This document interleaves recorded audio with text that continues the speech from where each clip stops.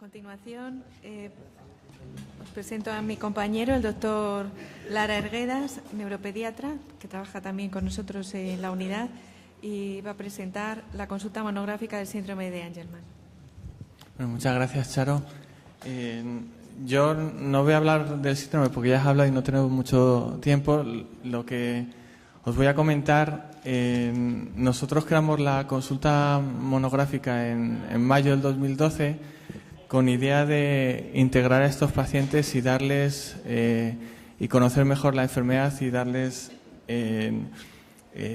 un plan de tratamiento integrado, ordenado y coherente y coordinación entre facultativos. Nuestra idea principal, nuestro objetivo principal es ser un punto de apoyo para el profesional que ve día a día a estos pacientes en su consulta y el asegurarnos un correcto cuidado tanto del niño como del adulto con síndrome de Angelman y a su vez aconsejar, orientar a la familia en conocimientos sobre la enfermedad, el curso evolutivo, tratamiento y la línea de investigación sobre esta enfermedad. Y sobre todo nuestra intención era servir un punto de apoyo o dar un punto de apoyo a estas familias en una enfermedad minoritaria, como nos ha dicho nuestro compañero. Tenemos el apoyo del Servicio de Farmacología para la investigación y también el centralizar en estas enfermedades minoritarias en determinadas unidades nos permiten aumentar la casuística y a partir de eso tener más pacientes y poder realizar estudios o ensayos. Asociado a esto, pues queremos dar las gracias a los pacientes, a las familias y a los profesionales, tanto médicos como en labores de estimulación, fisioterapia, logopedia, por la atención y el cuidado que tienen sobre estos pacientes y también el agradecimiento a múltiples hospitales de la red nacional que nos han podido derivar estos pacientes para centralizar su atención. Ya volviendo, voy a hablar de los pacientes que hemos valorado. La consulta se abrió en mayo del 2012 y hemos valorado hasta fecha de noviembre del 2014 73 pacientes en la unidad. La procedencia de estos pacientes, la mayoría son de la Comunidad de Madrid. La consulta se creó inicialmente como una consulta monográfica de la Comunidad de Madrid, pero por la demanda asistencial nos han permitido ver pacientes de otras comunidades. De Andalucía hemos visto 18 pacientes, de Castilla-La Mancha 9, luego 4 del País Vasco y 4 de Castilla y León, y luego hemos visto también un paciente de Galicia, de Navarra, de la Comunidad Valenciana y de Murcia. Esta es la distribución por edad a fecha de hoy. Como veis, tenemos pacientes muy pequeños. Tenemos muy pacientes... bueno, no funciona el puntero. Prácticamente la mayoría son de menor de 18 años, pero tenemos algún paciente que hemos valorado aquí por encima de los 30 años y un paciente de 50 años. ¿Vale? Por sexo, pues es lo que está descrito en la literatura, hay cierta predominancia masculina, pero prácticamente es muy similar. Y luego, a nivel de defecto genético, no me voy a centrar en el mecanismo porque ya se ha explicado. Solo comentar que lo más frecuente con un 70% es la microdelección y luego la disomía parental en un 7% que son cuadros, entre comillas, más leves. En los 73 pacientes que hemos valorado, lo más frecuente que hemos encontrado la delección en el 85% de los pacientes, en un 10% una disomía uniparental y luego un 4% con un defecto de imprinting y un 1% una mutación. Es algo menor de lo que hay descrito en la literatura, pero estamos hablando de los 73 pacientes que hemos valorado en la unidad. Y luego, la edad del diagnóstico de síndrome de Angelman, aquí influye mucho la edad al diagnóstico y la edad del paciente. Ahora prácticamente diagnosticas a un paciente con síndrome de Angelman en los 2 primeros años de vida, pero tenemos algún caso también por el desarrollo de la genética que hasta la segunda década de la vida no se ha podido diagnosticar. De la serie que tenemos nosotros, el 80% se diagnosticaron antes de los 2 años y medio. Y luego, volviendo a las características de estos pacientes, sabemos que tienen una discapacidad intelectual muy importante, alteración del neurodesarrollo, de la comunicación, de la interacción social, y luego del manejo manipulativo, de la destreza motriz y del equilibrio. Me voy a centrar en la descripción de los 73 pacientes. A nivel del lenguaje, solo tenemos, había un paciente que emite frases, pero en su mayoría, cerca del 50% de los pacientes pues, llegan a emitir bisílabos. También hay que tener en cuenta la edad de los pacientes, porque tenemos todavía niños bastante pequeños, de menos de 4 años. Palabras en torno al 18% y un 22% emiten solo ruidos. Pero tener en cuenta que aquí están incluidos pacientes de menos de 4 años. A nivel motriz ocurre lo mismo, teniendo en cuenta esa salvedad. El llegar a conseguir una deambulación autónoma casi del 80% y no llegar a conseguir la deambulación en el 8%. La edad, más o menos la media para conseguir la deambulación es en torno a los 32 meses y hay algún paciente que hasta los 84 meses no lo llega a conseguir la deambulación autónoma. A nivel manipulativo, teniendo en cuenta que son niños con mucha torpeza motriz, dentro de las limitaciones hablamos de manipulación buena, regular o mala, pues por ejemplo para el manejo de unos cubiertos en la comida.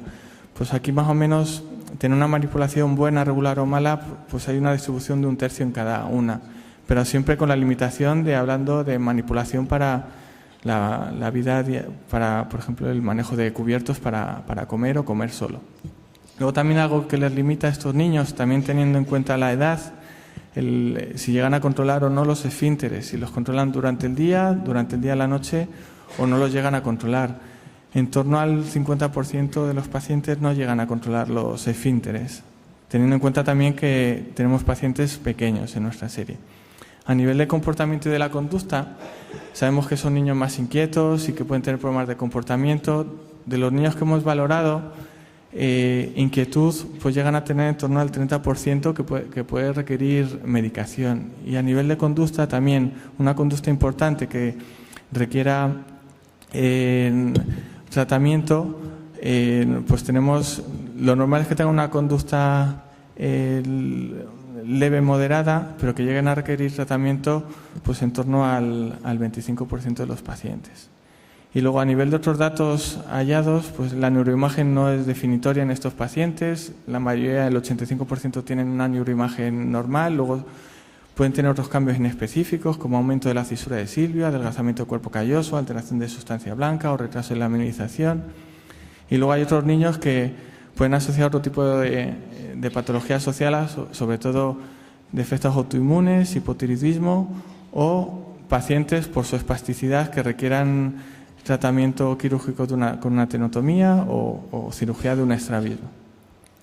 A la exploración, teniendo en cuenta que son niños con alteración del movimiento y del equilibrio, pues son niños con una alteración del tono muscular, con hipotonía, y en nuestra serie en torno al 30% tenían signos de espasticidad.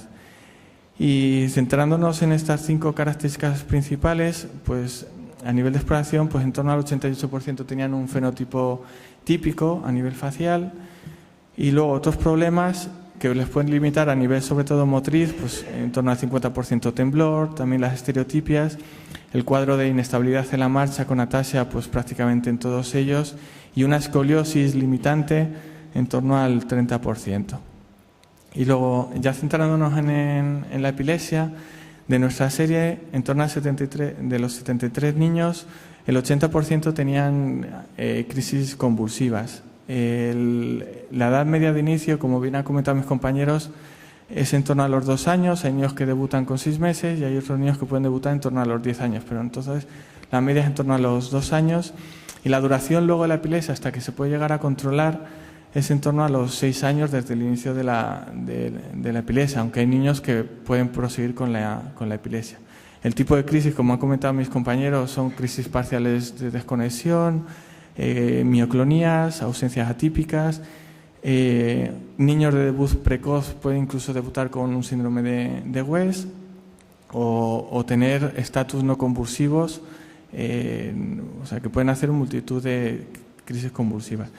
En nuestra serie, crisis asociadas a fiebre en torno al 40%, que es bastante frecuente. Y a nivel de tratamiento, tenemos pacientes que precisan de un fármaco antiepiléptico y hay pacientes que han llegado a probar 6 fármacos antiepilépticos para intentar controlar sus crisis. Más o menos en torno al 40% se llega a controlar las crisis con un fármaco antiepiléptico y con 1 o 2 fármacos en torno al 75%. Y tenemos en nuestra serie pacientes con 2 o más fármacos en torno al 50% de los pacientes. A nivel del electro, lo que has comentado nuestros pacientes, lo reseñable es que en torno al 98% de los pacientes hay una alteración, sobre todo una lentificación difusa. Tenemos 2 pacientes que tenían un electro normal y otra de los problemas que tienen estos pacientes es la patología en el sueño, con despertares frecuentes, duermen poco, pocas horas y con la repercusión a nivel familiar y del niño. En torno al 50, más o menos un 50% de los niños tienen problemas con el sueño. La prevalencia en lo que hay en otras series en torno al 40-80%.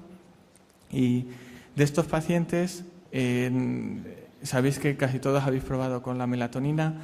Por la experiencia de los pacientes que han probado con melatonina, en torno al 60% hay una buena experiencia y mejora el patrón de sueño de estos pacientes, evitando tantos despertares nocturnos o prolongando la duración del sueño. ¿Vale?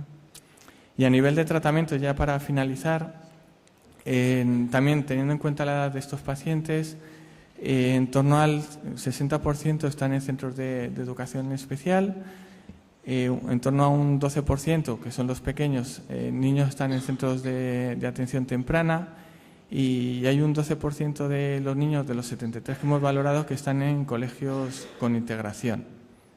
Y ya los adultos que tenemos están en centros de día.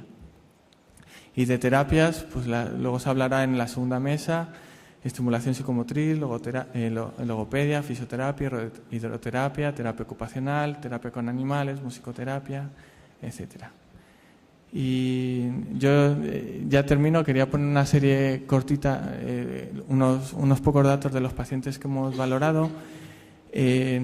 Sobre todo, agradecer a las familias y aquí os pongo todos los profesionales que estamos dentro de la unidad de síndrome de Angelman.